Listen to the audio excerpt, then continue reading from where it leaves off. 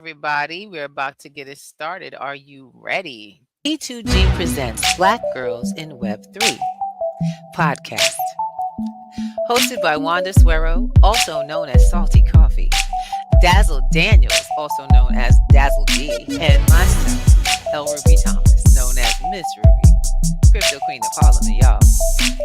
Tune in weekly as we strive to educate and elevate our community's financial literacy. We bring you professional and expert speakers, share insights from our personal wealth journeys, and introduce workshops and resources to empower you. Join us every Friday at 7 p.m. Eastern on youtube.com at P2G Networks TV for an hour of Black Girl Power, where we're shaping the future of finance in Web3. Peace and see you there.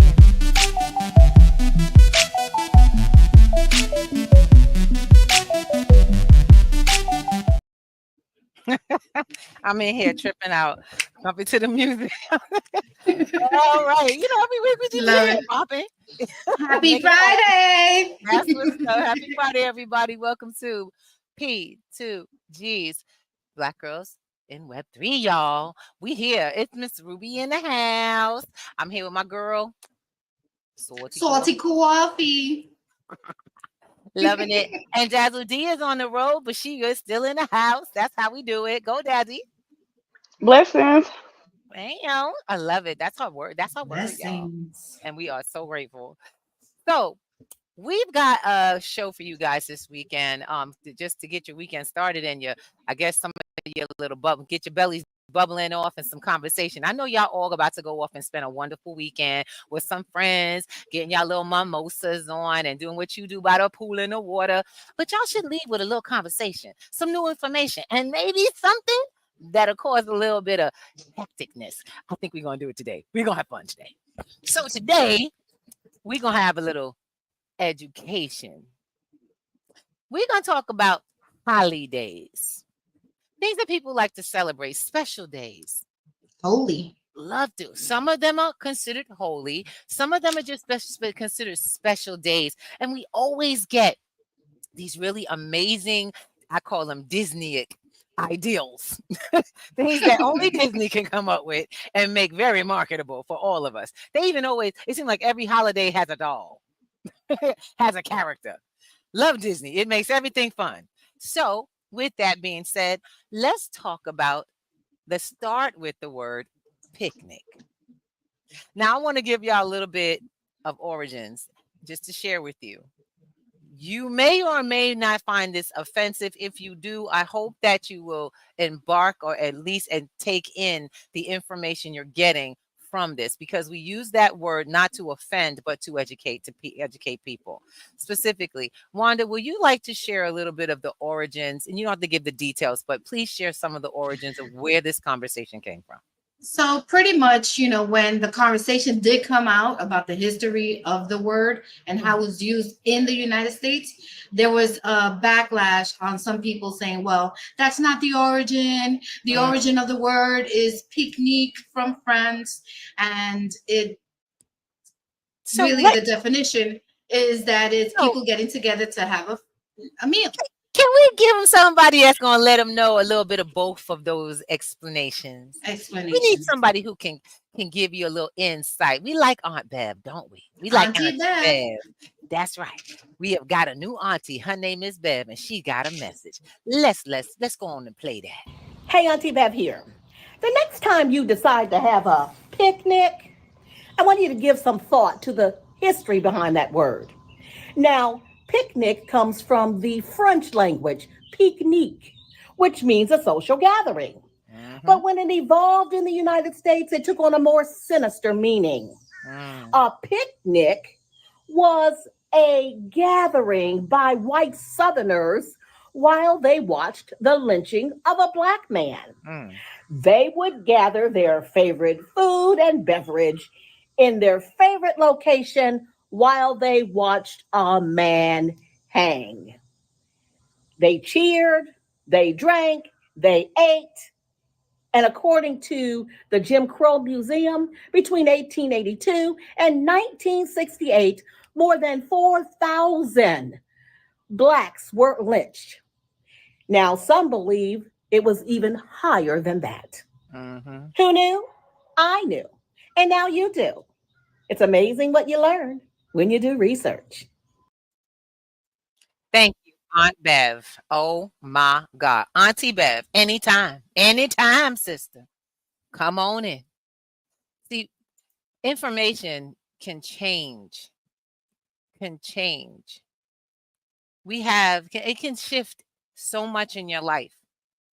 It can shift how you feel about yourself, how others view you. But when you get invited to a picnic, do you ever think about really what picnics have meant to your culture? Question. What's another way we explain picnics? The idea of picnica. How do we as people of color, or should say, I don't want to say color, I say melanated folks. How do we express picnic? Got some words, Miss Sharp, Miss Salty Coffee? You're muted, baby girl. We practice with Mike. Are you saying alternative words that if you're in a business, right, and you're trying to have this event, to Especially celebrate in a business, yeah. So what would you use right? to invite somebody out to? That's like she said, a So social a gathering. lot of people that I know from the South, they call it a cookout. Okay. So they'll say, "Come to the cookout." Yeah, come that's to what I was gonna say. Yeah, family gathering, cookout, outing, Mm-hmm. Some people say festivities. excursion. That's what you were saying. Yeah, or barbecue. Yeah, exactly.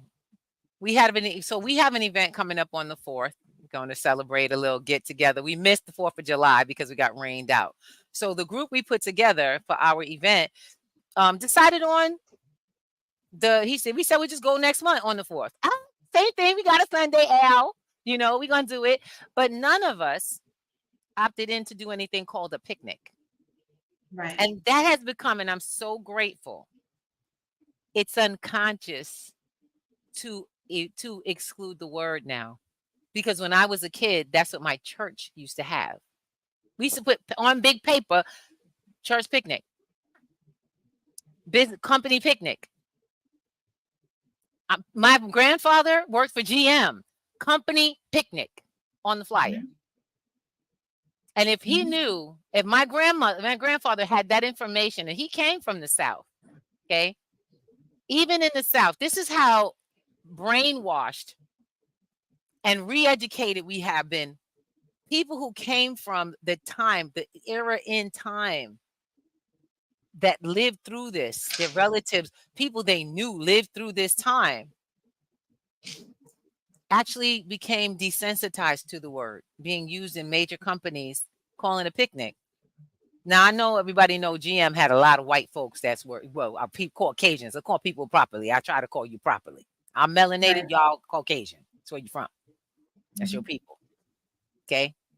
But the fact of the matter is, those companies had huge amounts of them, and my grandfather was a minority going to a picnic. And he took his family. I went to some of them picnics. Free food. Of course, free food. Free food. It was at a place we never really spent time. I mean, it was at the country club. Mm-hmm. Of all places. Swimming, tennis courts. You know what I'm saying? Golfing. This is what they did during the whole day. Kids played. There was games and rides. There was hay rides, everything. Now, had any of us been aware of the fact that picnic stood for pick a nigga, where people sat around with their children and family and watched lynchings? I'm sorry, because it's part of my history, part of my heritage. It's part of my bloodline. I'm connected to this.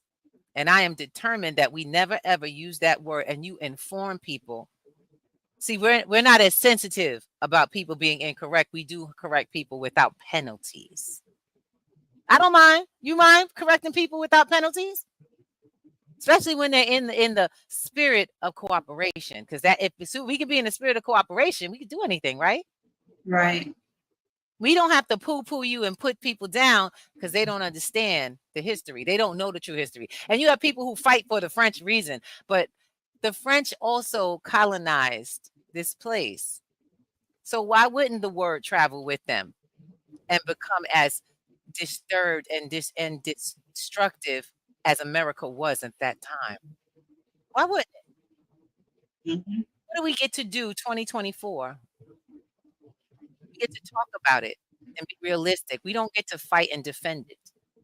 Right.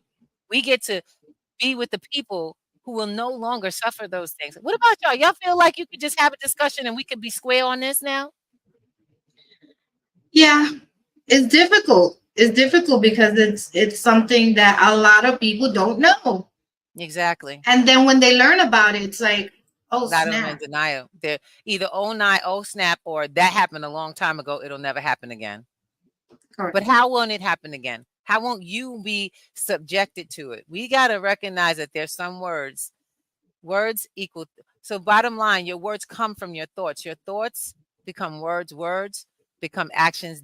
Actions become habits. Habits become lifestyle, character, and character becomes your lifestyle, who you are. Right. If we go in that pattern, you're in a space where your mind has been penetrated. You got to be training your brain. Now this is just one holiday. You know how misguided we are in vocabulary, in the concept of holidays and celebration. Oh my God, y'all. Oh my God. It's like in Canada, they don't use the word vacation. No. They use holidays. Holiday. Exactly. I'm going to holidays, holy days. So Yeah. they're using their days to do whatever it is that they follow. Can I ask you a question? What it means to vacate your job? That's why I love to say staycation. I'm having a staycation I'm like, guys, y'all don't because realize. I didn't have enough money to go nowhere. You know damn well that we are the biggest society built on vocabulary, contracts by mouth. And to say words like I'm going on vacation, you could come back to no job with that. Legally by your word that you vacated your position. And they can actually hold you to it. Yeah. But we don't know legal law. You know what we know about that? We don't know we're giving people permission to fire us. The Black Laws Dictionary, a lot of people don't even know that exists. Girl, and that would give you, got me looking for mine. And that would give you like if you really look in the Black Laws Dictionary, the word vacation, it's not gonna probably gonna mean what you just said. Vacate, abandon, abandon. Those two things synonymous. To vacate means to remove yourself. Mm-hmm. Yep. And I didn't just I refuse to remove myself from my employment. Can you imagine if we told HR we're not using the word vacation anymore? Yeah, how would you choose not to use that word? It just means too much. Time off. That's it. Yes, absolutely. Earn time off. I've earned this time. Paid earned time off. Let's not get it twisted. Guys, say those words together. So they want to play with everything else. I know, right? We start playing around with words, vocabulary wise, and you put that in paperwork. I love it. I love it. We got so many different ways to express ourselves as communities, and it doesn't matter what your culture is. Oh my Lord, it is like we do this across cultures. Let's take a look. Let's take a look. We've got a great one. I did not know this, but I celebrate Cinco de Mayo. And I'm like, oh, happy Cinco de Mayo. I love the idea of May 5th. 5-5. Angel numbers, in my opinion, 555. That's what I'm talking about. And some people celebrate May the 4th be with you. May the 4th be with you. May the 4th be with child. May the 4th. Dun, dun, dun. So let's take a look at what Cinco de Mayo means. Let's take a look. Let's dip in and take a quick look and see what we're talking about. What are they talking about with Cinco de Mayo, Miss Wanda? I don't know. In the United States, most people celebrate Cinco de Mayo with endless margaritas and guacamole. But how many of us know exactly what we're celebrating? Many people think Cinco de Mayo is to Mexico what the 4th of July is to the United States. Cinco de Mayo. May. Cinco de Mayo, maybe? Yeah, that's not right. Mexican Independence Day is actually on September 16th. So, what makes May 5th so margarita worthy? The answer traces back to when Benito Juarez became president of Mexico. The country was in financial ruin. They had no money, honey. France saw this as an opportunity to claim Mexican land. The French stormed the eastern port city of Veracruz in late 1861 and eventually forced the Mexicans to retreat. The French then planned to conquer Mexico City by way of a city called Puebla. But Juarez, wasn't having that. He enlisted soldiers to try and stop the French from moving farther inland. Victory seemed impossible for Mexico. They were outnumbered roughly 3-1. The French had better weapons. Plus, most of the Mexicans weren't even members of the official army, but that didn't stop them from trying. Led by General Ignacio Zaragoza, they fortified Puebla on May 5th, 1862, and fought back hard. After the dust settled, fewer than 100 Mexicans were killed. The French's toll was about 5 times greater. Even though the Battle of Puebla didn't win the war, it raised national spirits at a moment in history when Mexico really, really needed it. Today, ahora, Cinco de Mayo represents Mexican pride against all odds, and it should be celebrated, like with this special margarita inspired by the spirit of El Día de la Batalla de Puebla. It combines Mexican and French liquor, representing the forces at the Battle of Puebla. In a shaker with ice, you combine Tequila Cazadores Blanco with Saint Germain, lime juice, and agave. Shake it all up and serve it over rocks.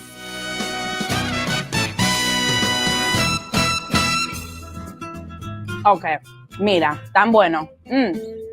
Yes. Cinco de Mayo isn't as widely celebrated in Mexico as it is in the United States, but baby, it's still a time for gathering with friends and family. Now that you know the real story of Cinco de Mayo, make yourself an 1862 margarita and start celebrating. Okay, wow. Okay, we need to wrap this up because I'm ready to go party. I just had me some cazadores, okay? All right, everybody celebrating. Y'all hear that? Ow. And the thing about it is that I a lot of love people, it. yeah, but a lot of people are not into that. Like they did not like the fact that they still had to, like they lost the fight. So it's like, it's still not, that's why they say Mexicans do not like to celebrate. It's a sting to the heart. Right. And it is. I understand that because it's the same thing with the Southerners. It's, you know what I'm saying? The Civil War. They have a problem with they didn't win. They're like, fuck it, we didn't win the war. You know what I'm saying? But we're not gonna be happy about it either. And understandable, right? Because people think, and we don't know. It's not. As far as the economic system at that point, we don't know what France did or say, well, you're gonna owe us all this money, like Haiti, where they're still paying France. Yeah. Wow. So those are the things that we need to go deeper in and ask the people, like, why don't you celebrate this holiday? And why do you think Americans are so into it? Right, exactly. So crazy. And D, you missed it. See, we talking about margaritas and the whole thing and what that was actually, it was a mixture up and where that came from. But I can tell you the only margarita I ever had tastes so good because I had it at the 420 event. The dry one? Exactly. It was so delicious. Oh my God. Mocktail. It was a mocktail made with, and she got to tell us, what was it made? What was my mocktail made of? What was the margarita made of? Cava. Cava, baby, cava. I literally had a virgin. I can't say two virgin because it had a little. You had a macarita. I had a macarita. That's right, so macarita. So macarita. I love it. Now, I love those. now knowing that it has the symbolism of the battle, you are literally drinking a battle in your mouth. You're taking a battle into your mouth. So know what the hell you're doing. Don't sit around and talk to your friends about fiction. Now you get to educate them and have a nice little smooth drink to tell them what that is. So they'll know what the hell they're drinking. You and know, support the country and their economic system exactly. to say, I know you don't celebrate it, but Right. we're trying to, Educate incorporate the people, tequila from incorporate, Mexico, right. Exactly. which is And another thing we need to learn. There's a lot of tequila well, that's sold that's not Mexican. They're actually American. finding out, yes, there was an entire documentary that we watched about that. So crazy. I love it. Look, we got so much to talk about, guys. I'm trying to I tell you, know. this is an action-packed one today. Look, if you think that that holiday is kind of outlandish, wait till you find out your favorite love day. My birthday is 2 days after this day. It's my favorite holiday. Why? Because it's not even a holiday. It's just a day, and you guys will find out. Let me let you hear it.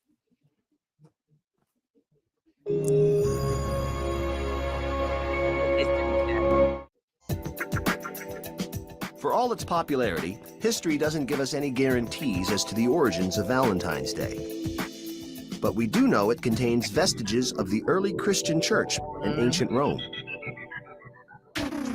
The association between mid-February and romance goes back to a pagan festival known as Lupercalia, likely honoring either Lupa, the she-wolf of Rome who suckled Romulus and Remus, or Faunus, their god of fertility. The festivities began with an animal sacrifice. Then the ritualistic slapping of young women with strips of the animal's skin and blood to bestow fertility for the coming year. In the 5th century, perhaps in an effort to Christianize the pagan festival, Pope Gelasius declared February 14th as St. Valentine's Day. As for the real St. Valentine, there were reportedly several canonized by the Church. Legend has it that one St. Valentine, a defiant Roman priest, lived during the 3rd century AD under Emperor Claudius II. Claudius was an ambitious ruler. His battles required vast armies of men to abandon their young families for long periods of time, resulting in a military that was half-hearted and homesick. So determined was Claudius to stop love from sapping the will of his armies, he banned marriages altogether. Father Valentine thought the ban unjust and defied the emperor, continuing to marry young lovers in secret. The emperor eventually caught on to the priest's actions, arrested him, and sentenced him to death. It is believed that young couples he had secretly wed would visit his cell, passing him flowers and notes through the bars as symbols of their gratitude. The story continues that the condemned Father Valentine fell in love with his jailer's daughter. On February 14th, the day he was executed, it is said he passed the young girl a note. It was signed, "From your Valentine."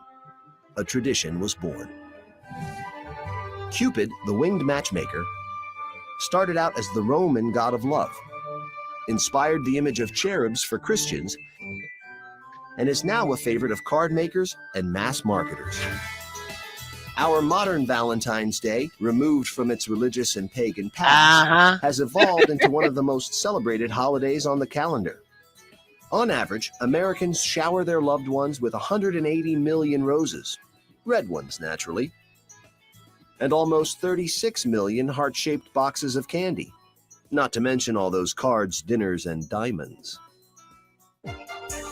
All told, the holiday brings in almost $14 billion annually, giving retailers plenty to love as well. But if you're worried that you can't afford to treat your loved one properly next Valentine's Day, take heart. The poets were right. Love is really all you need.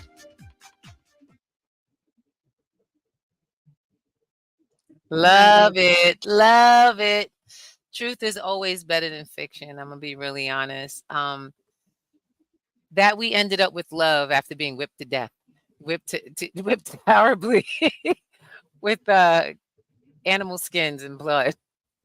Did you know that Frederick Douglass' birthday is February 14, only because his mother used to call him her sweet Valentine? Her sweet. But they don't really know his date of birth. Wow. So they use February 14th. Oh my. That is amazing. I did not know that. And it's awesome to have that bit of history on how affected people are by love. How powerful is love that a priest would turn against The church. Yeah. Well, considering he knew that they were paganistic anyway. Not shocking. It's like not shocking. I was wanting to do a little bit more history on the young girl because they kept saying young girl. And I'm like, Yeah. okay, so he's an old priest. How young is this young girl? You know what I mean? Like, what's going on here? So that's another story, a different topic For another day. for another day. Can you imagine? Look, I'm excited to be born very close to Valentine's Day, but I would tell folks that I did learn about this a long time ago. I did more research because I want to know, why are we celebrating? Why am I spending money? What am I asking my husband for by the way, I love chocolate. I absolutely love chocolate. If you love Miss Ruby, you get me chocolate. And not a lot. I like the day after when they're on sale and half off. Yes, that's my favorite day. That's my favorite day because all of it goes on sale. On sale. My expensive ones too. Yeah. So I just want to. My birthday is 3 days before. And mine is 2 days after. So y'all get us that good. Okay? Hook us up. Aquarius in the house. Chocolate lovers. So look, D, you're on the road, right, baby? Yeah. Okay. Are you back in? No, I'm on my way back out. Gotcha. But what do you think about Valentine's Day? How do you celebrate Valentine's Day? Or do you? So I don't. I actually celebrate Black Love Day, which is the day before Valentine's Day. Oh.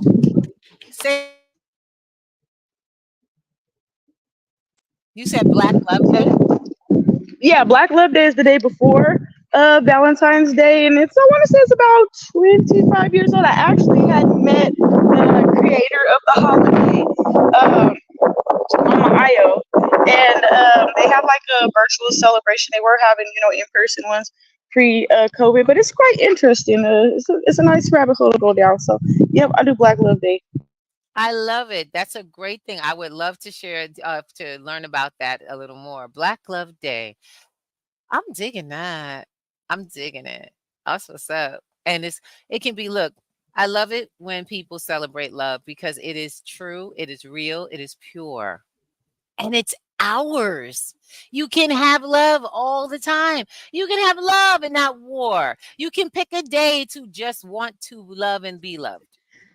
But you want to hear the interesting part? Why is it that all of these things are taught in school? That's where you get indoctrinated.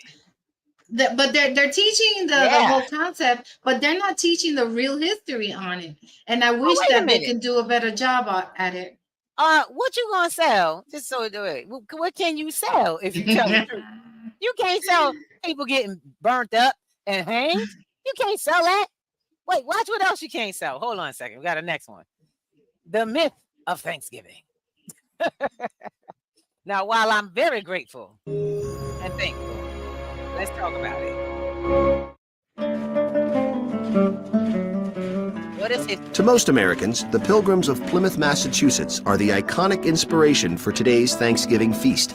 After the winter of 1620 killed almost half of their people, the colonists formed a relationship with the neighboring Wampanoag tribe, who taught them about fishing, planting, and hunting.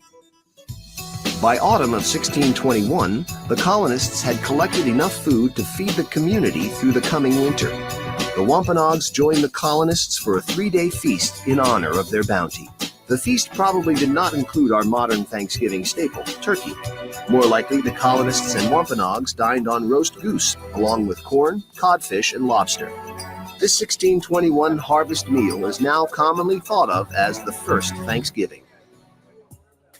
Yet for later generations of colonists, New England days of Thanksgiving had little to do with the 1621 harvest festival. Theirs was a religious holiday, descended from Puritan days of fasting, prayer, and giving thanks to God. Every autumn, the governor of each colony would declare days of thanksgiving for bountiful harvests, victorious battles, or drought-ending rains.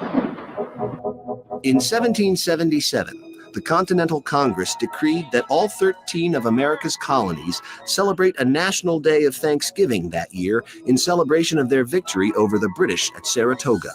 By the mid-19th century, many states celebrated the holiday. However, the date could vary by weeks or even months. A determined magazine editor named Sarah Josepha Hale set about establishing a national Thanksgiving Day. She passionately believed that such a day would help unite a nation headed towards civil war.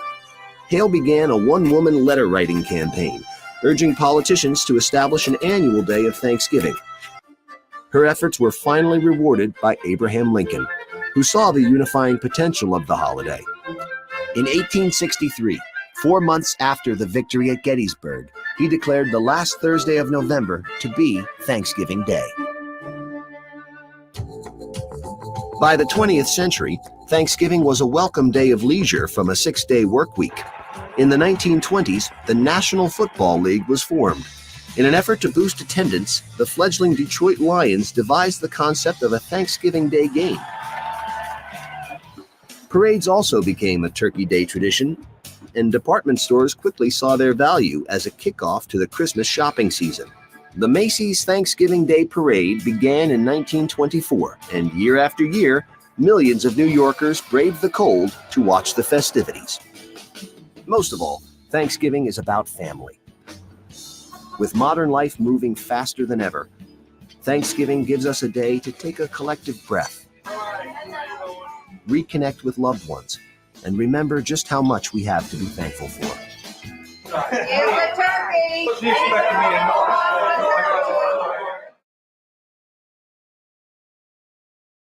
Boy, that plate look good. I'm like, woo! I tell you. And Wait you a get to minute. make people spend money and eat so Wait. much. I gotta go back in the beginning of that video. We changing the menu this year. We gonna have goose. We having lobster. I'm having. Well, you notice they didn't have any pig. You saw that, right? They nothing about pork. No But, ham. Hey, whatever. We having ham this year. Anyway, I'll let you know right now. Man, I was like, wait, we can have lobsters on Thanksgiving? That's what's up. But see how influential that is, because people in other countries are adapting to that. Exactly. Those holidays. Considering they never were anywhere else. Thanksgiving was never, y'all notice this was not an international holiday.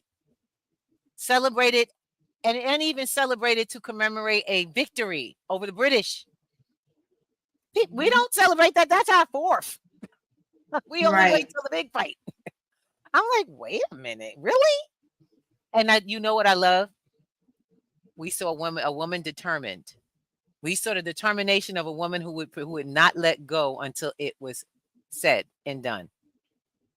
The same with Juneteenth. Yes. The lady, yeah, I forget her name, but yeah, Juneteenth. It was of a woman with an ideal for unity. Look at that. It is amongst this. I think it is the desire of all cultures to have that kind of a time or something for us to bring each other together.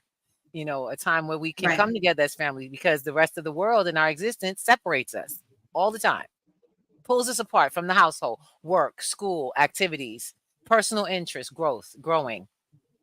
Especially now when both parents are working or having to work, or even the earn a kids. living. Even the kids. There's children who have to contribute to their household so that they can survive. Oh, and they were. That's why they have labor laws now for children. Exactly. Here we go again. Because our young people are staying home. We have households of everybody that works. That's what's up. I love the History Channel. They just be throwing it out there. They don't play. They get thorough. They be up in there. You know, talk about the demonic. They'll talk about the paganistic. Like, History Channel be like, no shame in our game. Yeah. They may need to update it, because I do know that the Museum of Natural History, they had to revamp the whole museum. You know that, right? Really? I love it. They revamped the whole thing to tell the true stories. Oh my gosh. I love that. Oh, we gonna get to it, girl. We gotta do a walkthrough. We gotta do a live. I want to do a live. We should. And just do a take on something, one of our stories, and just go out and do it in the world. We get in there for free. Wait. Aren't we doing one next week though? Are we gonna do that next week live?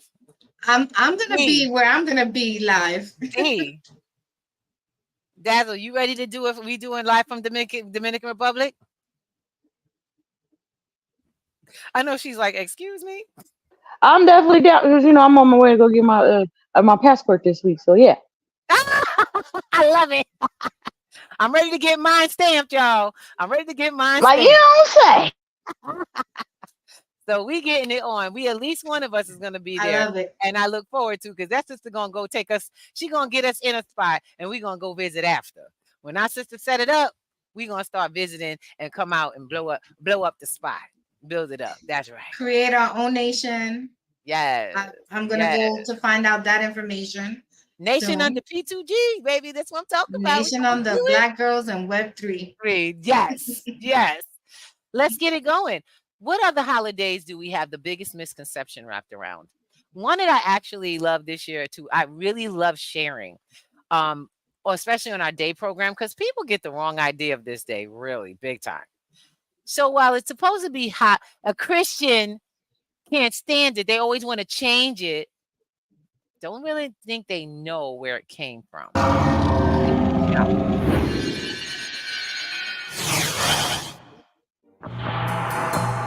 From communion with the dead to pumpkins and pranks, Halloween is a patchwork holiday stitched together with cultural, religious, and occult traditions that span centuries.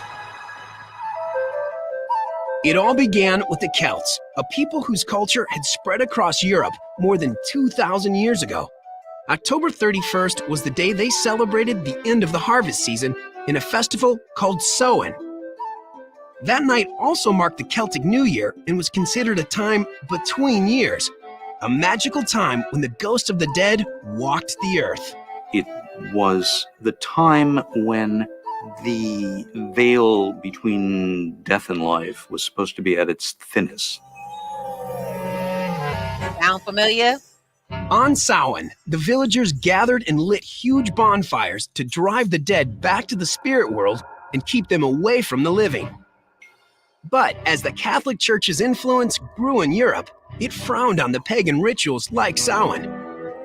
In the 7th century, the Vatican began to merge it with a church-sanctioned holiday. So November 1st was designated All Saints' Day to honor martyrs and the deceased faithful.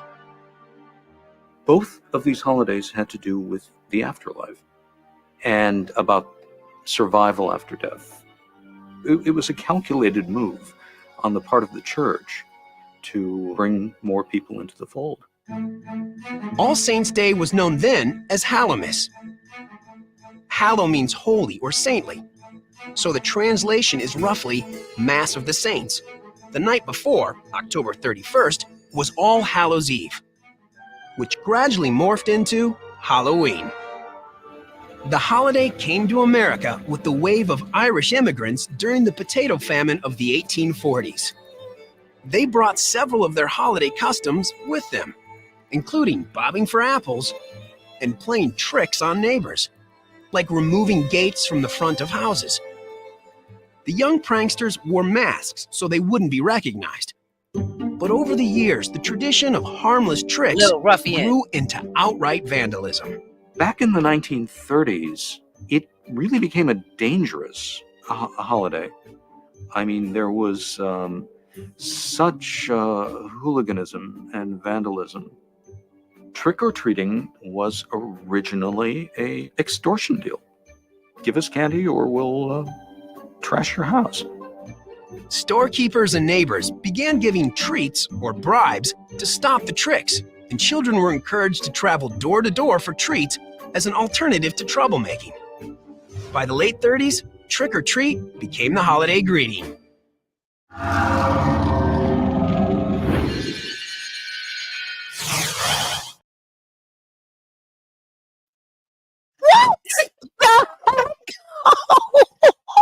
Extortion from children. Child extortion. Oh, wow. And they talk about kids today. Wait a minute. That's sick. Oh my God.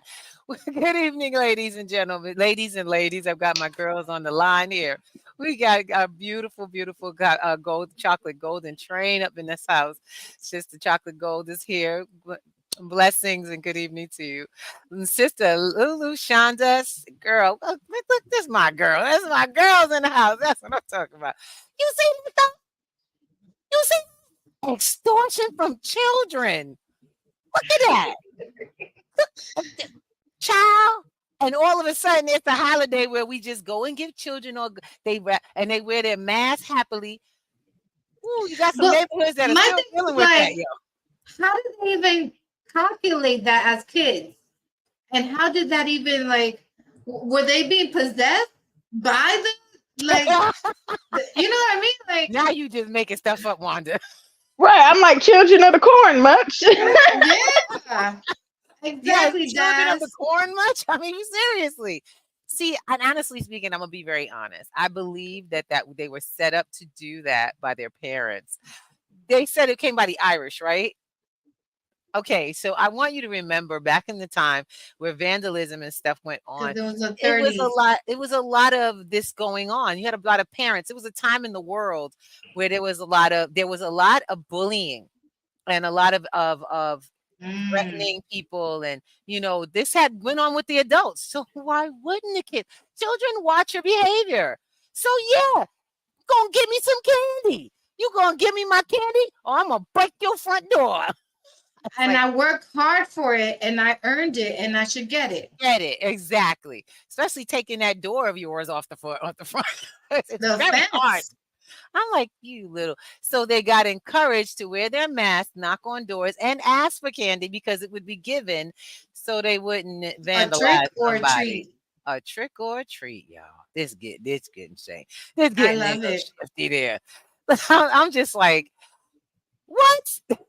So we are coming to the end of the of course, we must end this off properly, y'all. We must always share. And what's our favorite holiday to share? The most made up, everybody got something going on in this entire planet practices. For weeks. Don't ask me why. And do you know that I get stuff for this holiday little before Thanksgiving and even after Valentine's? Come on, somebody. What you got? We got the holiday Christmas, and let's go. It's Christmas time. But why this time? I mean, I'm sure you already know December 25th has nothing to do with Jesus' birthday. According to the Bible, he was born sometime between spring and early October, but it was absolutely not December 25th. So then what is the reason for the season? Well, I'm glad you asked. It's most likely because in the year 336, the Roman Emperor Constantine was trying to do away with paganism and really make Christianity a thing. Well, at that time, the biggest ancient festival was something called Saturnalia. This was a festival celebrating the god Saturn that lasted a little over a week starting on December 17th. The ancient Romans chose this time to celebrate Saturn because it was during winter solstice, which is when the sun is in a very specific position in the sky.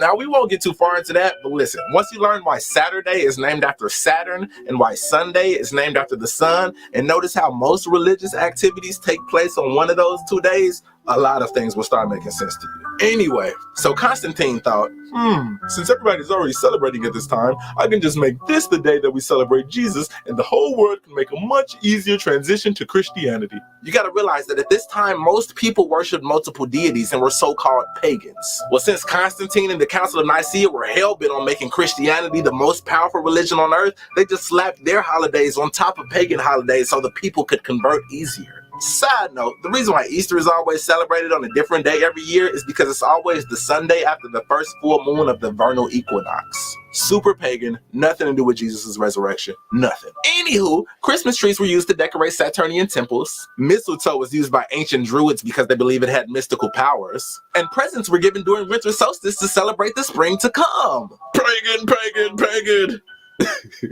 And you ain't even know it. So pagan, in fact, that Christmas was outlawed in the New World when the Puritans first got here because they knew how pagan it was. It didn't become okay till the 1680s when they realized that gift giving could be profitable. Speaking of pagan, what does that word even mean? Like, why do we act like pagan means devil worshiper? The actual definition of pagan is any person holding religious beliefs other than the main world religions. So in other words, anybody who is not Christian or Muslim. Words like that is how Christianity was able to take over the entire planet by creating a bad word for people who didn't convert.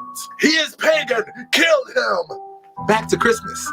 Who is this guy? Well, it's Santa Claus. He's actually based off a real person named Saint Nicholas, but you probably knew that already. But did you know that Saint Nick was a bishop in the Church of Turkey? He anonymously gave 3 bags of gold to a poor family, and after that, everybody just made up this legend about anonymous gifts coming from a guy named Saint Nicholas, and Santa Claus was born. Now he lives in the North Pole, even though he's from the Middle East. So that means that originally Santa Claus's gift giving was a noble act of helping the poor. But in the 1800s, companies found that it was far more profitable to make it about little kids, because of course people buy gifts for kids before they buy them for poor people. And so companies like Macy's started using Santa's name to make Christmas into a corporate capitalist fiasco. But here is the biggest point of this video. In America alone, we spend more than $465 billion on Christmas presents every year. Those are gifts for one day, $465 billion. Well, check this out. According to Charity Water, you can buy a well for $5,000 that will provide water for 250 people for 20 years. And according to Feed the Children, you can buy a meal for 300 people for $120. So if you do the math, $120 times 3 meals a day times 365 days a year, then add in the cost of the water well, you could provide 300 starving people with food and water for a whole year with only $136,400. So if we take that $465 billion we spend, we could feed 1,020,000,000 people for a year. Well, it gets crazier. According to World Food Program's hunger statistics, there are only 795 million starving people on Earth. So that means with the money America alone spends on one Christmas, we can literally end world hunger for a year. Now let's take that one step further. If we just did away with the entire gift-giving part of Christmas, and every year we use the same money that we would have spent on presents to instead feed the poor, there would be no such thing as hunger, and the entire world would have food. Merry Christmas. I love you. I love that boy. I'm about to go I love find him. him and adopt him. He need to be talking about being president. We're gonna talk about that with that young man. He needs to start talking, making sense. He 'cause knows the made math. He made the math, baby.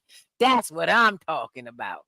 And when they say there's not enough money, there's not enough food, I still tell you, it's just like I say in our financial literacy classes, you are not broke. You just do not know what you're doing with your money. And because we don't know what we're doing with our money, and because we normally don't do the math, we are what is considered starving and poor. And that is all that is happening. One day of spending. How? I'm like, wait. And then you got What's the Cyber point? Monday, you got Black Friday. So yeah, for that one day.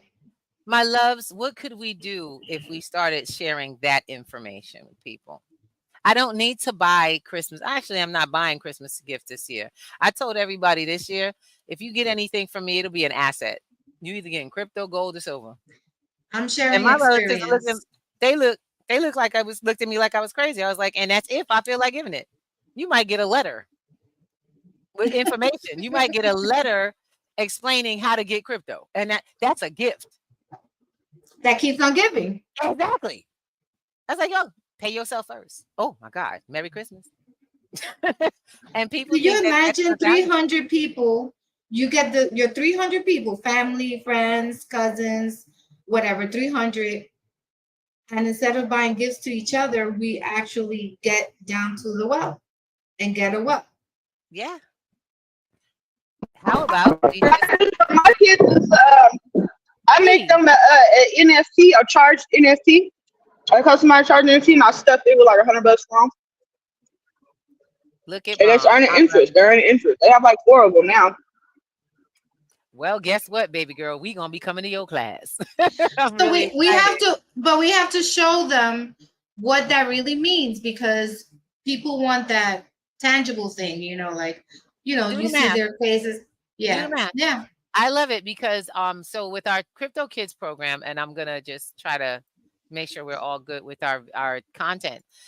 What that young man explained was so valuable. It's just, I can't tell you when we share information about real facts and we add actual numbers.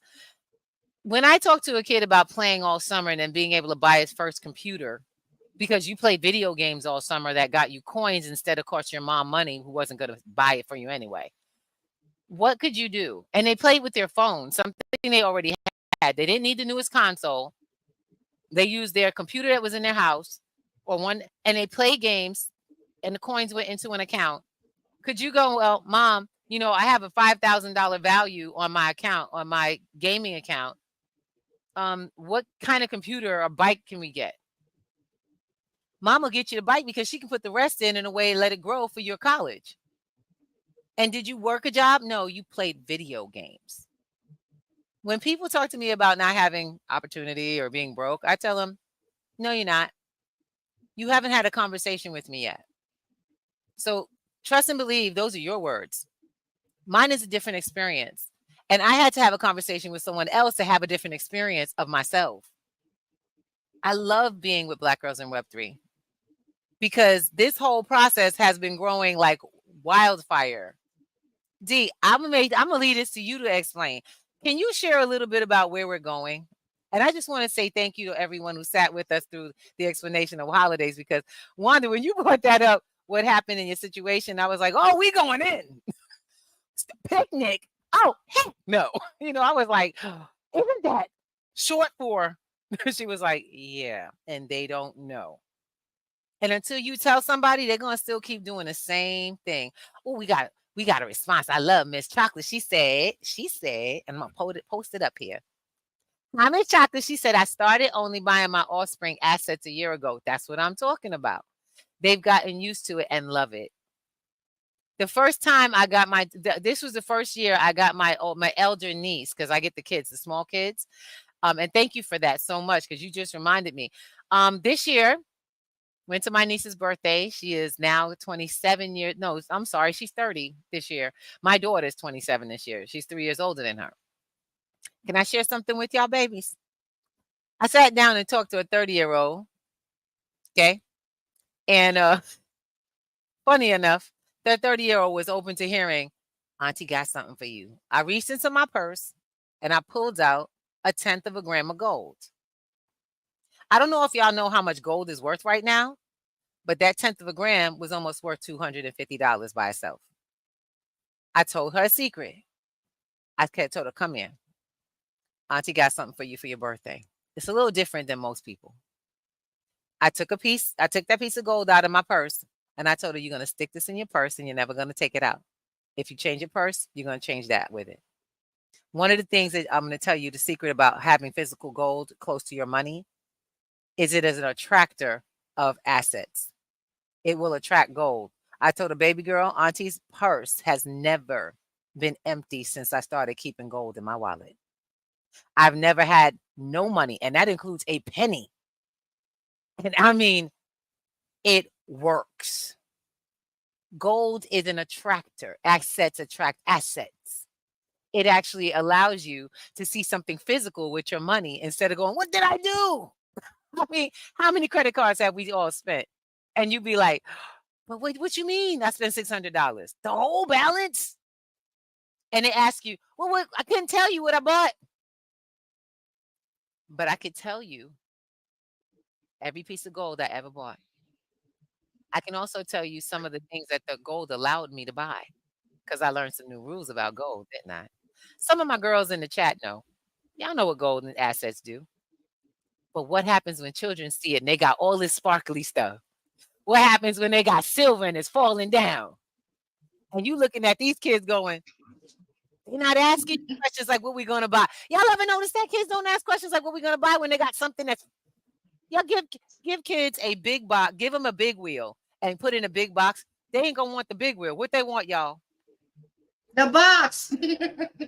It happens every time. They keep it that simple. Yeah. Children are very simple. That's why I love explaining things to them, because I'm going to explain it in simple ways, which I like this. You try to show a kid a $50 bill and then show him a silver coin this big. He going to throw your 50 to the side and go play with the coins. Yeah. Yeah.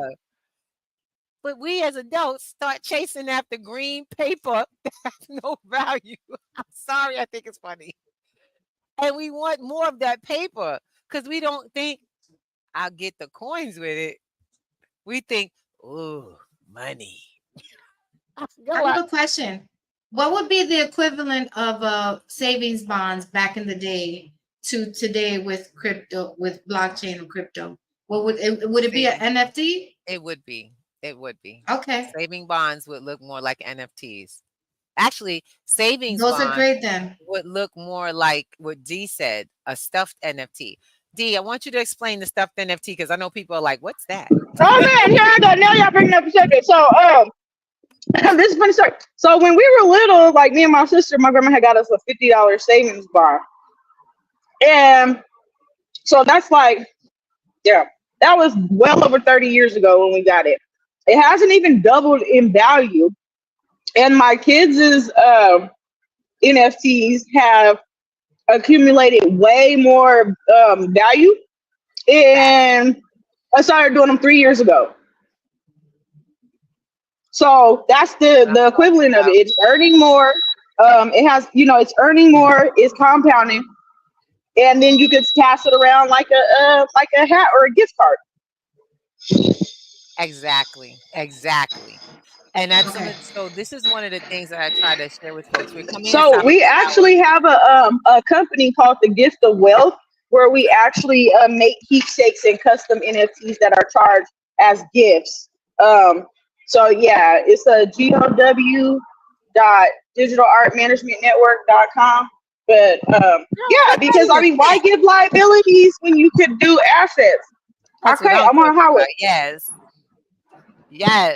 But think about that. Like, you give somebody a picture. Like, do y'all remember like Star Makers? Like, when I was younger, we go to Star Makers and give our friends pictures of us, and we take pictures with our friends. Yes. Star Makers. But now you could, the same concept, or even preserving pictures that are earning interest. That's what's up. Oh yes, guys, I'm loving this. Now, ladies, you know how hard it is to get a guy and I'm gonna be honest, this is not an anti-man, but it is very difficult for this information to translate to men. I've done this numerous times, and it's almost like every time, if it's a woman close by, she picks up on it like that. If it's a man, he looks like me, like I have 12 heads. He's like, I don't know if that concept is going to be transferable. I'm like, I'm sorry. It's already the men are more, if it's not hands-on, if it's not, they're not gonna. Guess what I figured out? I learned from a man how to explain. Look, I told you I got my game from a man. I get my game from dudes. I listen to them guys. Guys, we can stay and complain. We can complain, or we can learn their game. And how to talk to a man. Ladies, when you talk to a man, one of two things has to happen. You've got to speak to him in the language he speaks. Figure out what this guy's thing is. If it's sports, if it's watches, if he likes to collect things, sneakers, that's his language. That's when you adapt your story to his language. That's when you help him to break it down to what his passion is. Now, mind you, this is actually the basis for all sales, but whatever. You build a network that way. You get them to listen to you when you talk about what they like, and just break it down in ways that they understand. You know why? Because they're just like us. When guys tell us how beautiful we are and how nice we are and what they think about us and how they're intimidated by us, kind of takes down the defense, don't it? Now you're interested. You want to hear more. Well, guess what? So do they. Don't talk crap about them. Ask them questions and then get them to answer them. And guess what will happen as soon as you break it down and you start talking their language? I try to find out who likes sports, who likes cars, who likes watches, who likes jewelry. What guy loves his barber getting his hair done? Let's do it. Let's talk about you. And then listen. Because when you listen, I notice that the brothers give up it all. They give themselves away. And they teach us because we're there to learn. So I tell people, I get my game from a man. I get my brain from my mother, but I got my game from my dad. I had two of them. So I got a lot of game. Okay. And that's for all of us to learn so we can live symbiotically in great condition with our men. They're not always right. So what? They count. And let's make sure we get that feminine masculine going, because that's the power. That's the power. Let's go, ladies. Let's get this done. Black Girls in Web3. We still here. And we're doing Black Girls in Player, Crypto. Miss Ruby. Say again. Hey. Guys love me. They hate when I find out I'm married, though. They be like, what, you married? Because I talked. Look, I was the Tom girl that had all the male friends. My mother be like, what's all these dudes? I don't see hardly no women. I listened to, I had 2 dads. What you think? Who you think I'm gonna be at the foot of? Right. Run the world. How you gonna run the world? You don't understand the ones that run the world. See how that works? And we keep having discussions because we all matter. We're not in a war, guys. We create the planet together. Remember that? We just got to keep them on point with that. We create the planet together. And I'm too cute to say no to. At least my husband thinks so. Anyway, guys, thank you so, ladies. I appreciate you for hopping in and hopping on. Keep it up. Keep it up. Let's get up in here. And we want you on the show. Black Girls Do Crypto is an organization that reaches out to women of all origins. Doesn't matter where your background is from. We use the word black to encompass exactly that. A color that embodies every spectrum of light. Get that. It is so much more. We are so much more. So remember, we're all little girls inside just waiting to pop back out of these women who got, for some odd reason, our little girls got subdued. But guess who lets them out the door? We do. So when you're ready to come be a girl again, let's go. Because, baby, it's time. My sisters, we're going to stand together and stand up and put this world back together.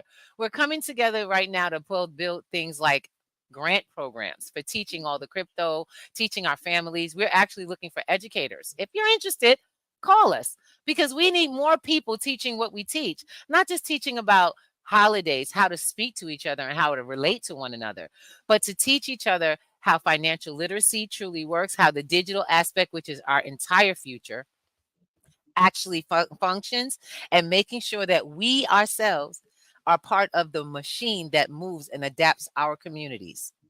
We have so many things. I actually just had to send someone a list of all the things they had to choose from on our platform. I did not know there were at least 8 items. Different areas of learning that Web3 has created for all of us. And Miss Wanda? That's how we started the topic. Because how do you brand yourself and you don't know the history?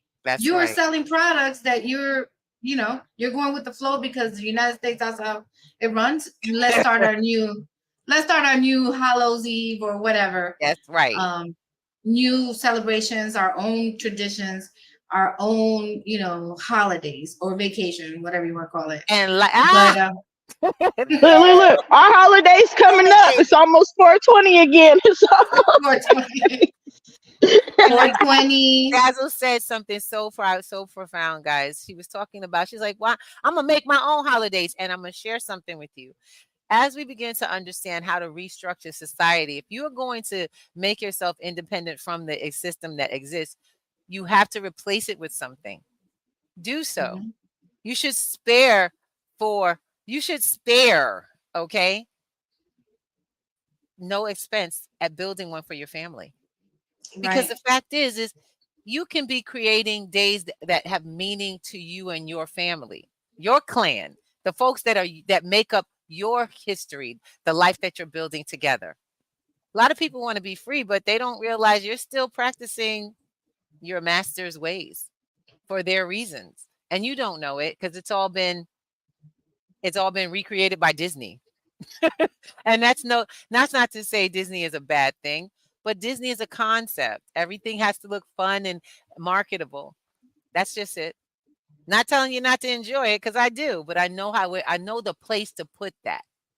And now I know how to build my own and share it amongst our relatives. Give ourselves meaning, like Kwanzaa. Do you know about Kwanzaa?